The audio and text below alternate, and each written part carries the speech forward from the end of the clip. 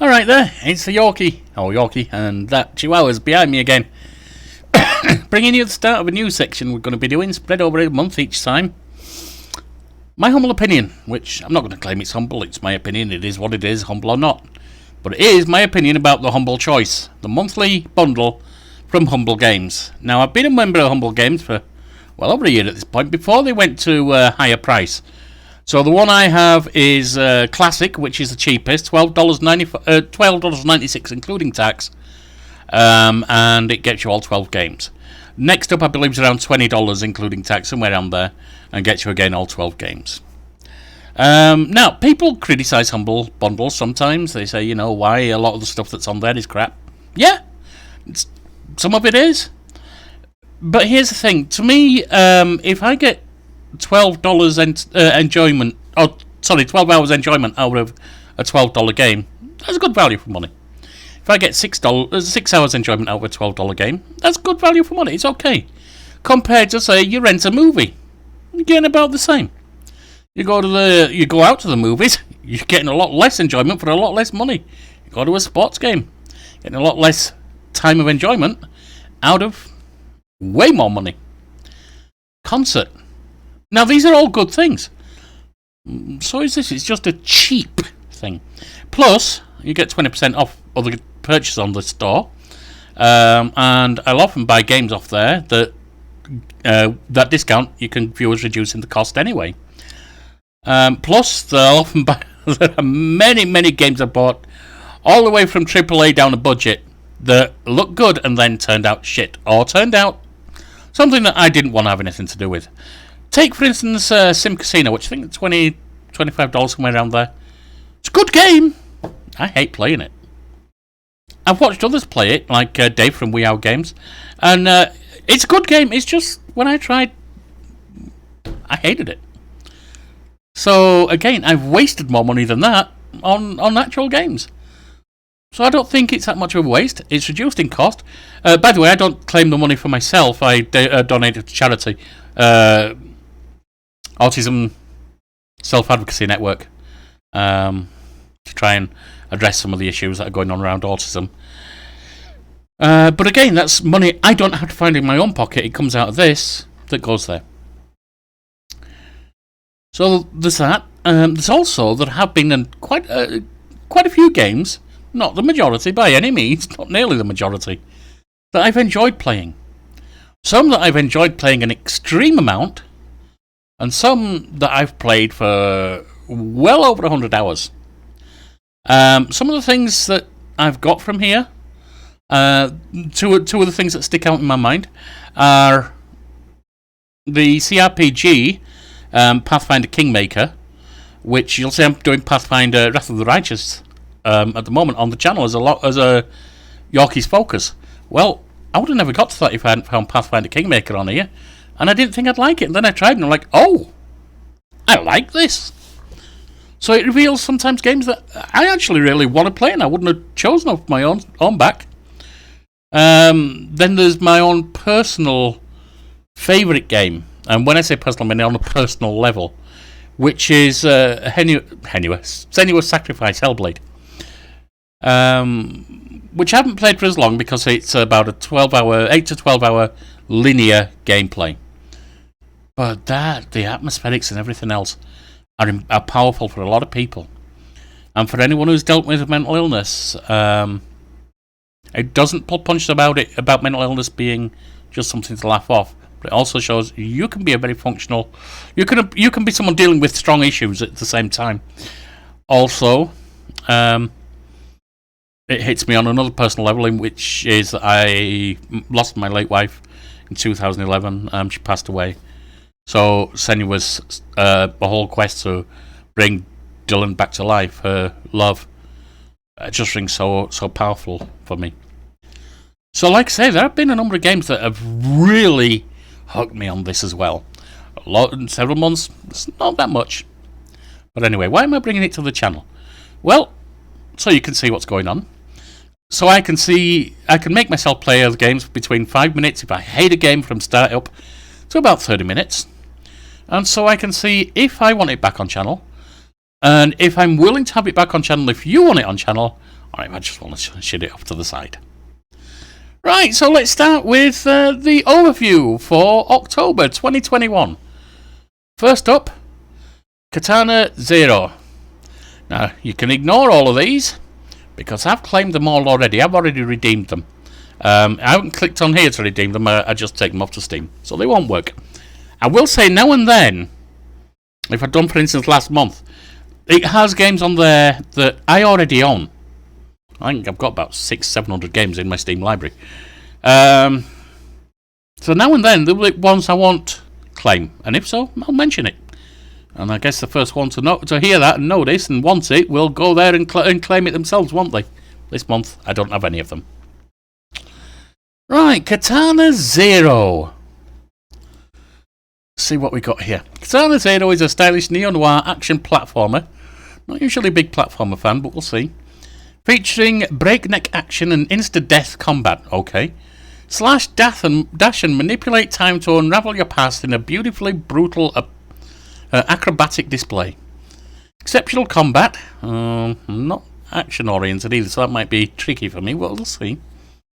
Overcome your opposition however the situation requires. Deflect gunfire back at foes. Dodge incoming missiles.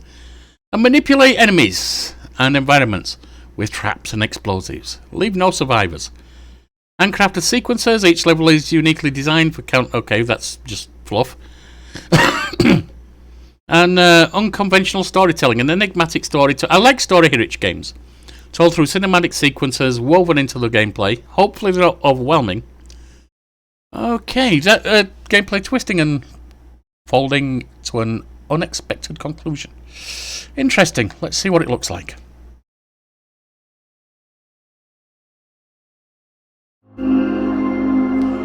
And I don't have that on. Just a minute. Sorry about that. Okay. I understand why you're here. So it doesn't have voiceovers, that's one thing.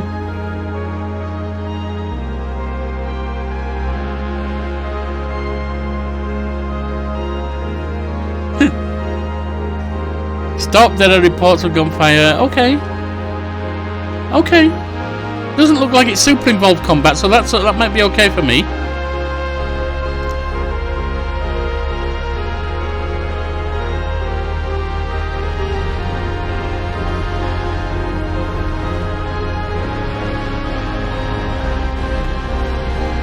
There's one of the cinematic scenes, I guess. Music is meh. It's obviously an indie game.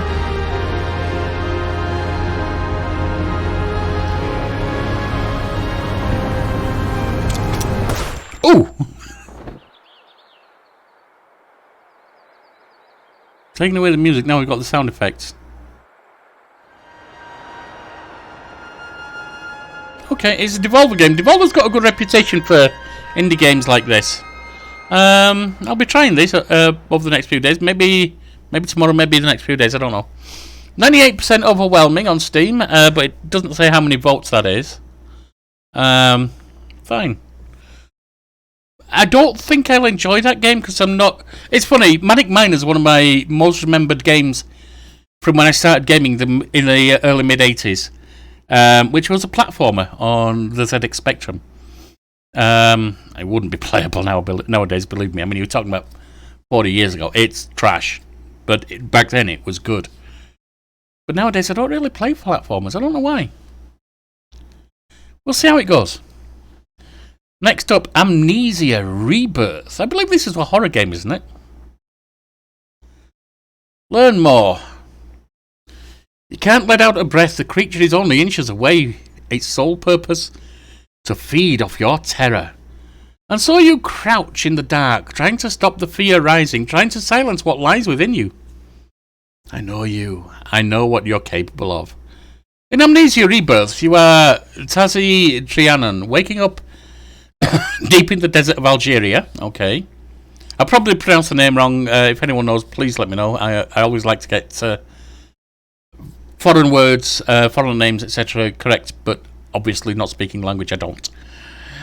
Days have passed. Where have you been? What did you do? Where are the others? Retrace your journey, pull together the fragments of your shattered past.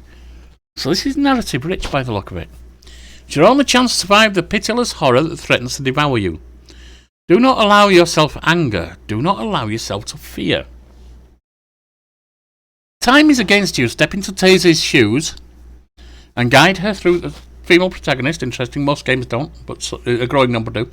And guide her through her personal terror and pain.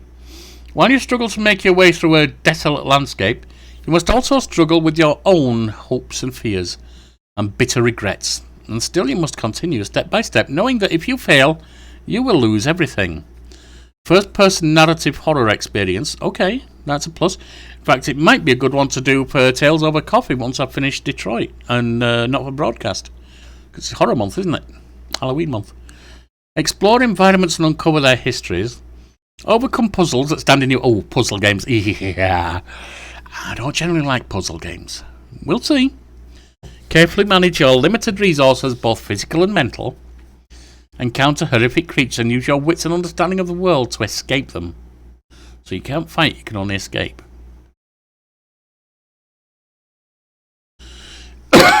Also available in adventure mode for those who want the story and adventure without the horror. Can I get it in non-puzzle mode? Because what I find with puzzles is like... there's too much trying to work out how it works. Because that's what a puzzle is. It's way too easy to think what you put down for your players is logical. But for so many players, that's not where they are. We're all looking at the world through our own fishbowl. And it's way too easy not to spot it in time. Alright, let's see the clip.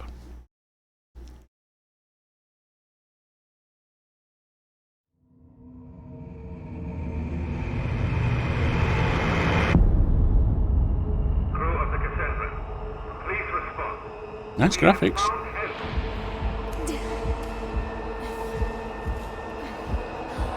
am here with Yasmin. Answer, please. Eva. Can anyone hear me? Cassandra, this is Anton Metzger. Please, say something. Okay. Jump scares. Not the most horrific thing. It's the most startling thing, but not necessarily horrific. But I like the look of it so far. Okay. Okay. Autumn last year, so it's about a year old. Okay. 77% mostly positive on Steam, so it looks like it's a good game, but far from perfect. We'll see how it goes. Oh, $30 there, not bad. What was the price on that? $15, that's a budget. That's a semi-budget. John Wick Hex. Become the Baba Yaga. John Wick Hex is a fast-paced, action-oriented strategy game that makes you think and strike like John Wick's. John Wick. I don't know who John Wick is. The professional hitman of the critically acclaimed film franchise. Oh, okay. Not much of a movie watcher. Created in close cooperation with the creative teams behind the films, John Wick Hex is fight choreographed chess brought to life as a video game. Well, that sounds like a lot of fluff, honestly. 70% mostly positive, so it's less... It's borderline getting so mixed. Capturing the series' signature gun fu style while expanding its story universe, players must make quick decisions and choose every action and attack they make, all while considering their immediate cost and consequences. Featuring a unique blend of strategic momentum-based combat, John Wick Hex captures the feel of the unique tactical combat from the films and blurs the lines between strategy and action video. Perform well and progress the main story mode, featuring an original story created for the game, to unlock new weapons, suits, options, and locations. Each weapon changes up the tactics you'll use and the manner in which you'll play. Ammo is finite and realistically simulated, so time your reloads and make the most of weapons you scavenge on the job.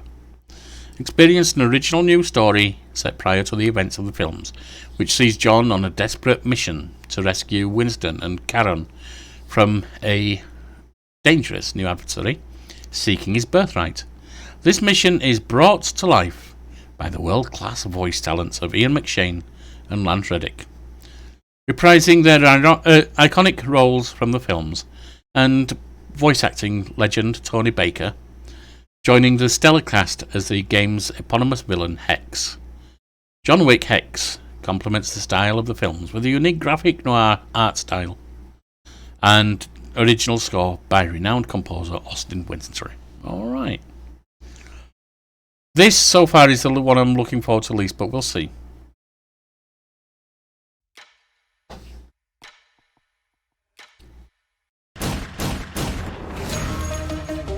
It's comic style, okay. It's why I said art style, I guess.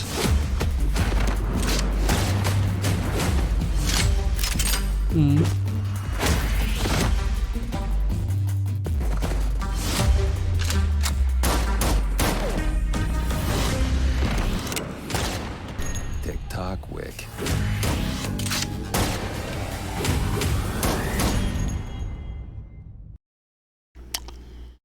I expect that will be a shorter play for me. We'll see. But as I said, I didn't think I would enjoy Pathfinder Kingmaker, and I loved that game. I also wasn't sure I'd enjoy Hellblade Senua's Sacrifice. That's my favourite game on a personal level. Alright, 112 Operator. Now, I played 911 Operator, so let's see what this has to say. 112 Operator allows you to manage emergency services in any city in the world, dispatch units, take calls, and face situations caused by weather, traffic, and changing seasons. Help the city survive escalating events like riots, organised crime, terrorist attacks, cataclysms, natural disasters, and many more. Well, playing on any city in the world, that's really not that much, because you could download maps, as I recall, from the internet on 911. I'm pretty sure I played in both the tiny town in New Mexico where I live and Shipley in Yorkshire where I used to live. So that's different countries, not major towns. Or it might have been Bradford. Danger has escalated. Help on a scale bigger than before. The sequel of the award-winning 911 Operator lets you act on many completely different levels, from taking care of a single neighbourhood to coordinating several operators work in the world's biggest metropolises. Full 3D visualization, really dubious, will give you the inside view of your unit's actions. Choose from over 100,000 areas, such as districts, municipalities, and tens of thousands of real cities around the world. To all units, a storm is coming. Face the dynamic weather based on authentic historical data. Watch the incidents change as day or night comes. Traffic increases and seasons pass. Watch out for extreme conditions that may lead to cataclysms and natural disasters. Try to tame big wildfires spreading across the map. Weather isn't your only problem, though. Be careful when dealing with terrorist attacks and gang wars. 112, watch your emergency. Take calls from people in various situations needing emergency services help. You never know who's on the other side of the line. You might hear a frightening murder story. Maybe you'll have to instruct someone on performing CPR. Or keep your nerves while encountering an annoying prankster. This is 87% very positive. It's my job, ma'am. Choose one of the European cities in completely new career mode. Oh, they've got career mode. And find out if you'll manage to climb up to the very top of the operator's ladder. Follow the commands of your supervisors and see your actions affect people you're in charge of or those who need your help. Sometimes your mistakes will only be followed by a reprimanding email. Sometimes they'll influence your own life. You can also play special scenarios in any city in the world or make your own rules in the free game mode. Interesting. This one I'm looking forward to.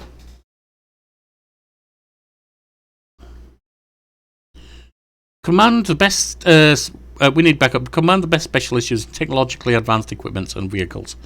Decide what to use: a SWAT team, search and rescue helicopter, or maybe riot gear. When your units arrive at the scene, command them in tactical view that gives you full image of the situation. 20 times. Let me read the thing rather than just reading on the rest of that, because I'm eager to see what this is like. 112, what's your emergency? 911 112. He's going to kill me! Oh, if that's 3D, that's nothing. I can see the train! I can't leave the building! My sister is there! That's way too risky. You might die. Ooh. Yeah, I'm looking forward to this one.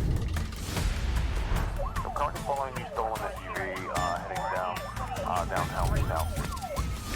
Especially with the career mode. Waiting for orders. Deep threat, I'm making a 5 ball on Howard. I got doing no check. Full patrol 7519 Plano. Storm brewing, okay. Face natural disasters, there's a fire. And take care of terrible incidents. Situation report, nah, that doesn't look particularly thrilling, but it's okay. Ooh. That one I'm looking forward to. It's 87%. It's $25, so it's a semi-budget game. It's a budget to semi-budget. That one I'm looking forward to. That might, depending on how it plays out when I do a test, that might well make a future appearance on the channel. Alright. Guts and Glory. Welcome to Guts and Glory, the craziest game show on earth, where ordinary people compete in extraordinary challenges of life and death for glory. The objective is simple: race to the finish line while everything tries to kill you. Dodge spinning saw blades, deadly spikes, explosive turrets, and many other hazards, while navigating insane tracks set in a wide variety of environments.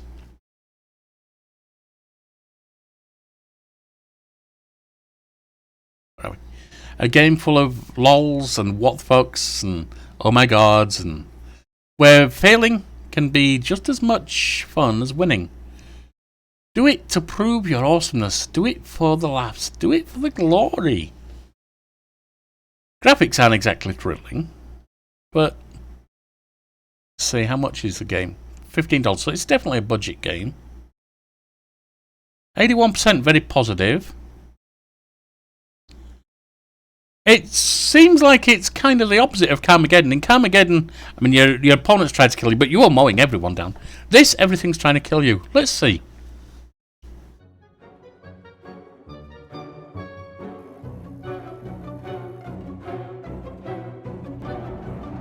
Oh, jetpack. Little family car. Oh! Ordinary people compete. Ow! Intriguing.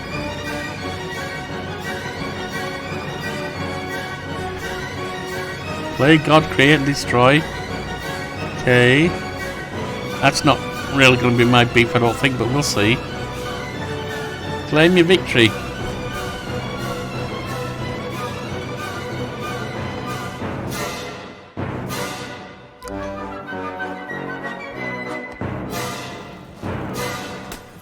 It looks fun! I'll give it that.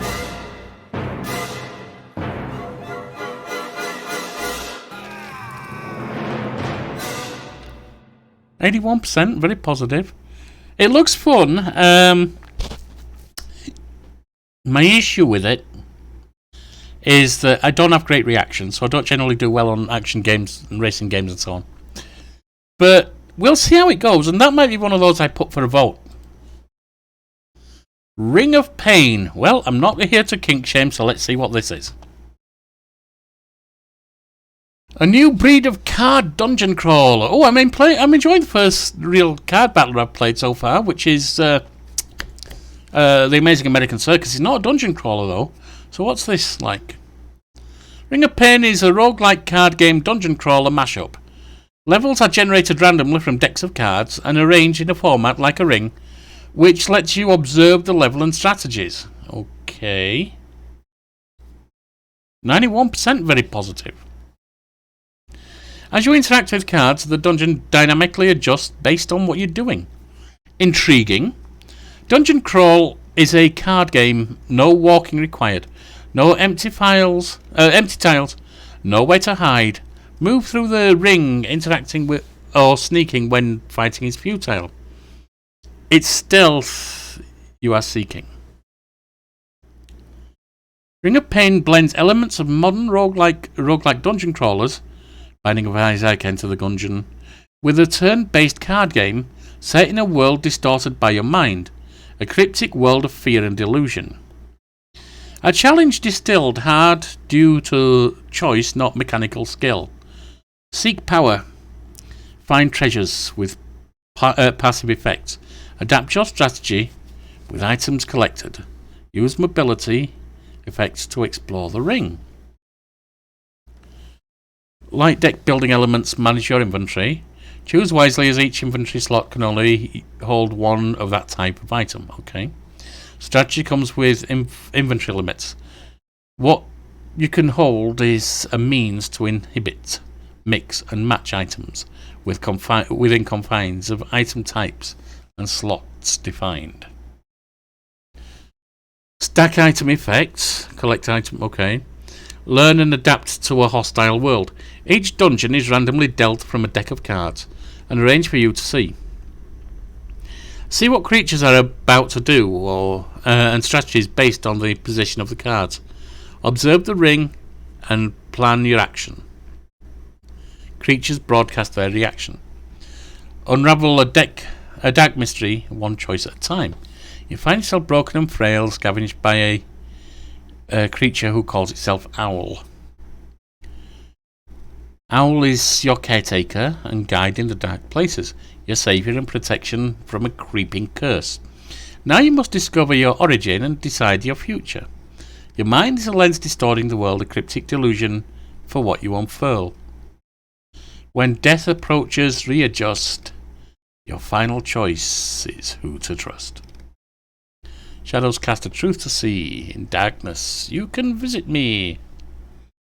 We're a poet, though we didn't know it. Okay, not sure what to make of it so far. When darkness breeds a curse disdained, it's time to enter the Ring of Pain. A newfound friend is guiding you in dungeons that you're crawling through. A place in protest, lashing out. Fueled by fear, delusion, doubt. The ring adjusts with every action. Choices cause a chain reaction. Encounters come to you each turn. To fight or stealth, you must learn. Mimics treasure soon as ours. Equipping items, passive powers. Choose your gear to synergize. Build to playstyle, optimize. Careful who you listen to. Darkness waits to prey on you. Observe the ring and strategize. Learn, adapt, or face demise. I have a gift on one condition. Quench the thirst. It's your audition. I like the sense of humour. But I'm going to be honest, I'm completely reserving judgment on this one. I have absolutely no idea if I'm going to love this or loathe this. Or just somewhere in between. Completely reserving judgment. Alright, Garage, Bad Trip. Explore the dark hollows of underground parking and find a passage to the hidden, obscure underworld. Find new weapons and use them to survive. Solve the mystery of this cursed place and the monsters that inhabit it. Every weapon has its dedicated use in a battle against mutants, the undead, and military. And it's a shooter, is it? 74% mostly positive. It's not bad by the look of it. It's a budget game. I don't generally play shooters. Unique gameplay elements. Gameplay combines survival, ammo management, shoot 'em up, and racing. Inspired by splatterpunk storytelling style. Levels filled with secrets, etc. Yep, Not going to be mine, I don't think, but we'll see. I've been wrong before. Tiny Build. Was Tiny Build the one who did Not for Broadcast? Because I love that game. Or was that Tiny Games? I'm not sure.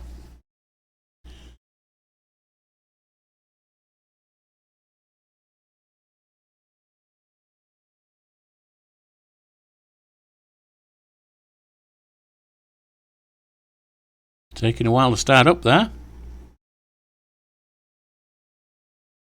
There we are.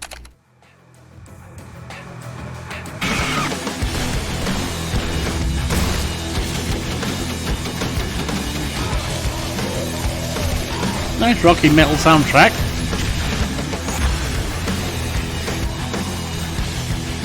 Twin stick shooter. I don't use joysticks. I might be one I try and run and it gets finished at once, but it requires a joystick. I don't use a joystick.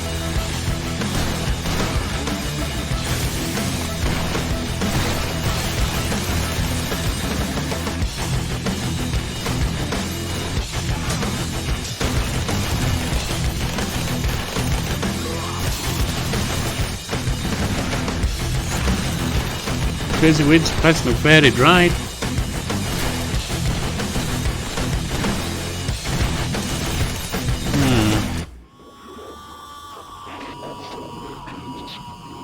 I'm not excited, but as I say, I've been wrong before. We will see what we will see.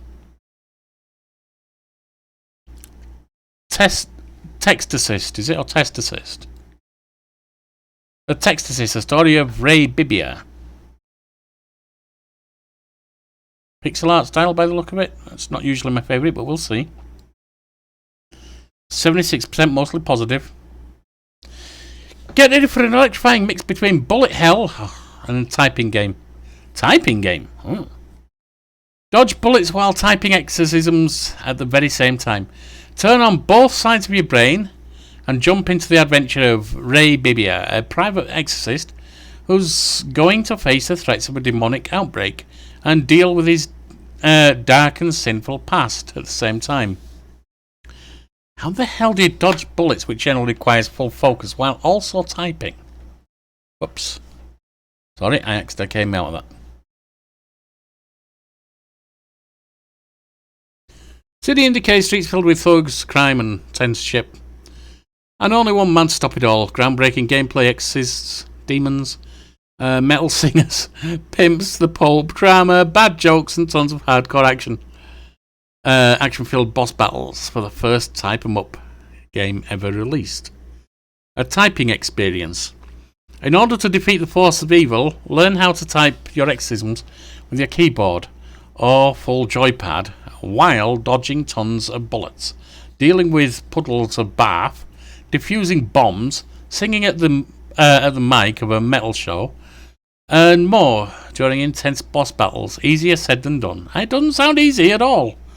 Hold your Bible tight, both hands needed. Rome is in the theatre of our adventure. Is the theatre of our adventure. Discover new locations and fight in one of the biggest metropolises in history, home of some of the craziest characters and enemies. Behind a demonic outbreak, unearthly forces are scheming to seize power and subvert the order of the biggest religious organisation in Rome, the Holy Church, has reached unlimited powers over the streets of the city. But how can our protagonist be sure of their good deeds? Unravel the demonic plot aimed to overturn the order in the city and put together a piece of the dark past behind Ray Bibia. From goth maids to gun-crazed gangsters and the Pope himself, Ray will get his hands dirty by exploring. Okay, let's see what it's got.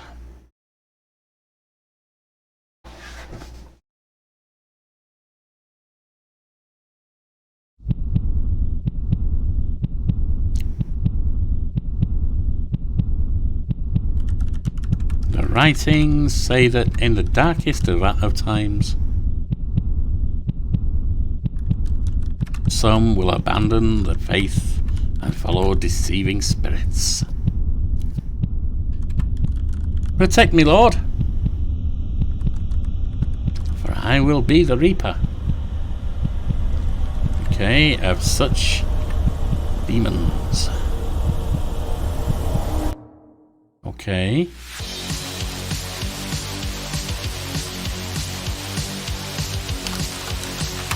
Now you gotta have mercy upon yourself. Surely you don't have to type while going through all that. If so, then that's not happening. That could be a very quick play and abandon. We'll just have to see.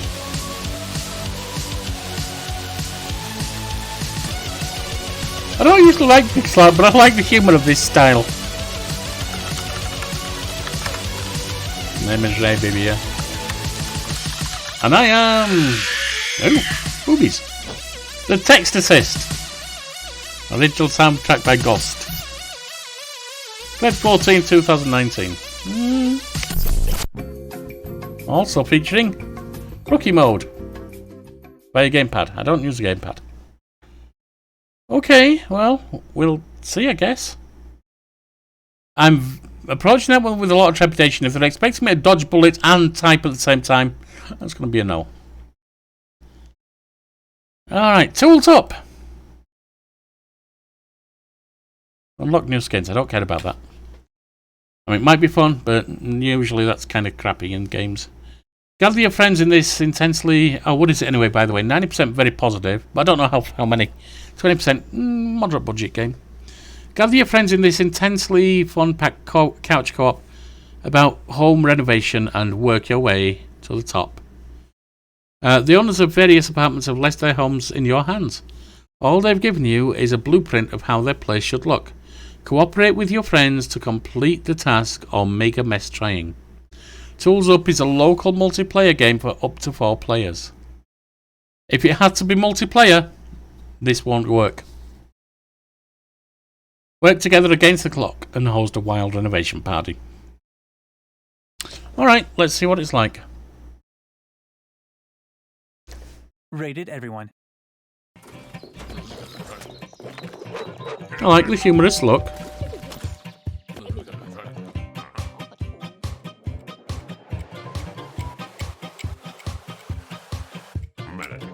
Not my normal style game, but I like the humorous look. But yeah, if you've got to do multiplayer, if you can't do single player, that won't work at all for me.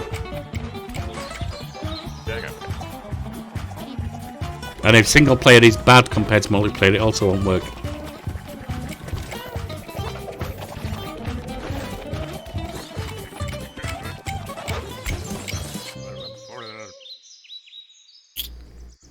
So I'm guessing that won't be a good one for me, but we'll see. Again, we will see.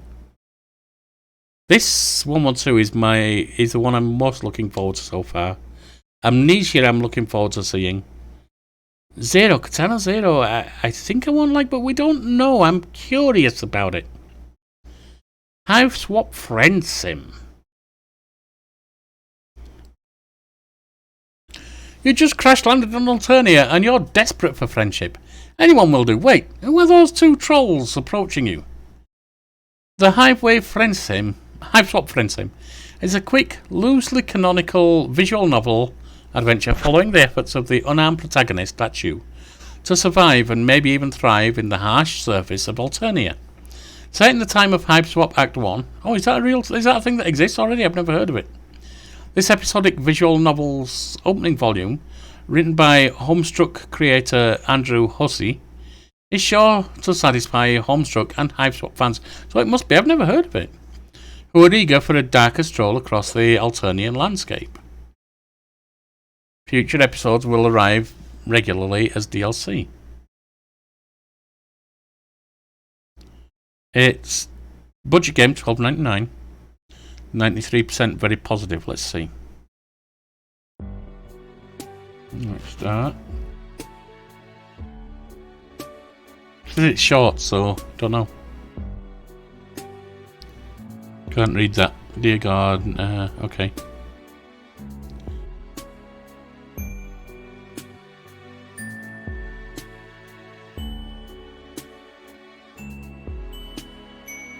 What do you do with this? Okay.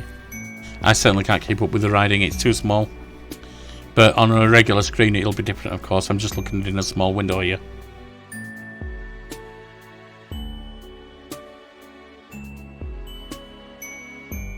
Music's pleasant. Nothing too major, but pleasant.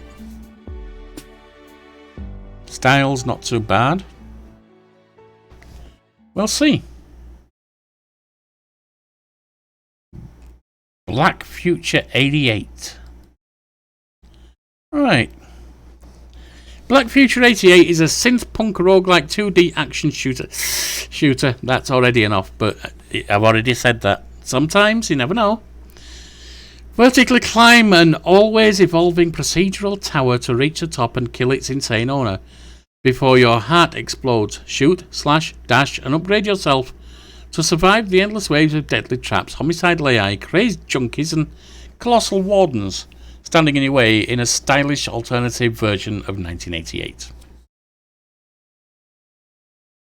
The world is reeling from a nuclear cataclysm created by Duncan, the tower architect. The first of his bombs fell in the summer of 1988, and by December they blacked out the sun with endless rain. We decided to stop keeping time after this, and it's been 1988 ever since. Everything that lived through the initial attack will die in the extreme floods that followed.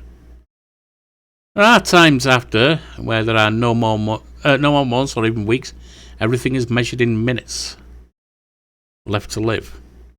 Take on the mantle of one of the last remaining misfit survivors and fight your way to the top of the tower to kill Architect and stop the endless nuclear rain. Ascend to die and die to survive. Okay. I like the sound of the background for it. Alright. We stopped counting the years after 1988. Time is now measured in minutes left to live. Cartoonish. 18 to reach the top of Skymount Tower. 18 before your heart explodes. 18 before you lose everything. In Black Future 88, time is the currency of revenge. For a world left in ruins. A world destroyed by nuclear fire. Platformer, is it? Spin it well, or start again. Who are you? Tough choices start now. Skills, health, or the right arsenal. You can't have everything. Choose wisely. Different weapons are better for different situations and enemies. Information is power. All yours is stored in the Codex. Okay. A compendium of potential destruction. Dash to the top of the tower. Choose buffs and curses. Trade your humanity for power. Combine weapons, buffs, and skills to create a whole new level of chaos. But remember your purpose. 18 minutes to the top. Run out of blood, you die. Run out of time, you die. But even death has its benefits. Gain levels, weapon, and buff unlocks. Never give up.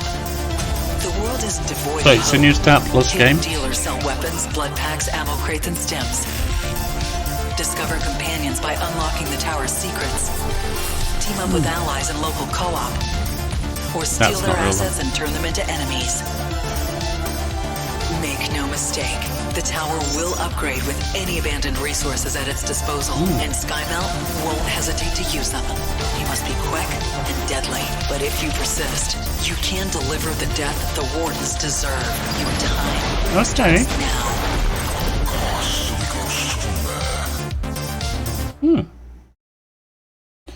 I still think that's going to be enough for me, I know.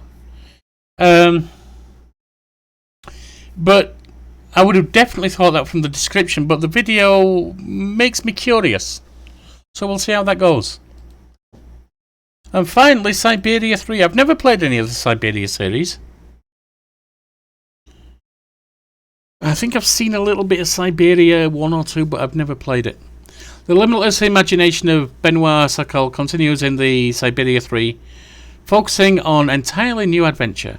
After abandoning the island, Kate is found dying on the edge of a river by the Yukol tribe, or Yukoli, nomadic people migrating with their snow ostriches. Snow ostriches, okay. Stuck in Volsenborg village. Together, they must find a way to continue their journey in a race against their enemies and unexpected obstacles. Not to mention Kate's past, which catches up with her. The next generation in adventure games, Siberia 3 takes you inside an enchanting, mysterious universe full of life for you to explore in 3D. Plunged into the heart of a world inhabited by a cast of interesting characters, you'll discover and experience a fabulous tale. Excuse me, as imagined by Benoit Sokol. A brand new tale, okay. First thing to note, 49 mixed. It's a $40 game, so it's not budget, and it's not AAA, it's not top. But it's definitely not got a good review. Copyright 2017. Let's have a look.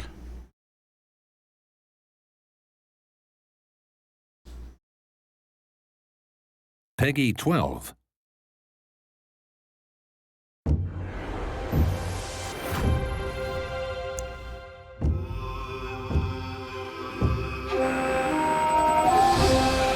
Was a terrible blizzard with snow and ice. And then nothing. My memory's all mixed up. Hang on!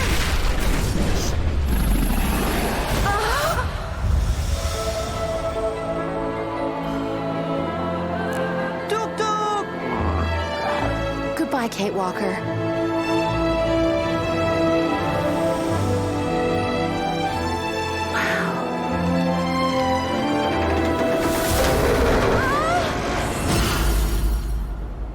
I'm fine. No time to lose.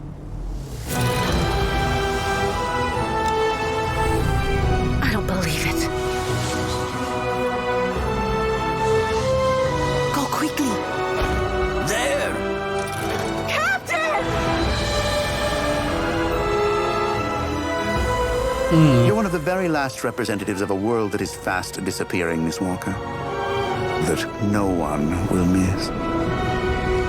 There's no way I'm going back. From the little scenes, it could be fun. It could be good. Could be interesting. But the fact that it's got 49% mixed rating, less than 50%, that's bad. On a $40 game, that doesn't give me any hope. We'll see how it goes when I play through. And there we have it. Oh, there's the grounds. DRM free game. Never mind, we're not going to look at that. So, that's it.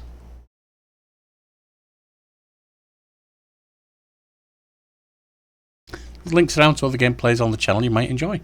There's a like and a sub if you use them, you help us grow. Meanwhile, if you drop me a line in the comments, I'll respond. See you around. Bye now.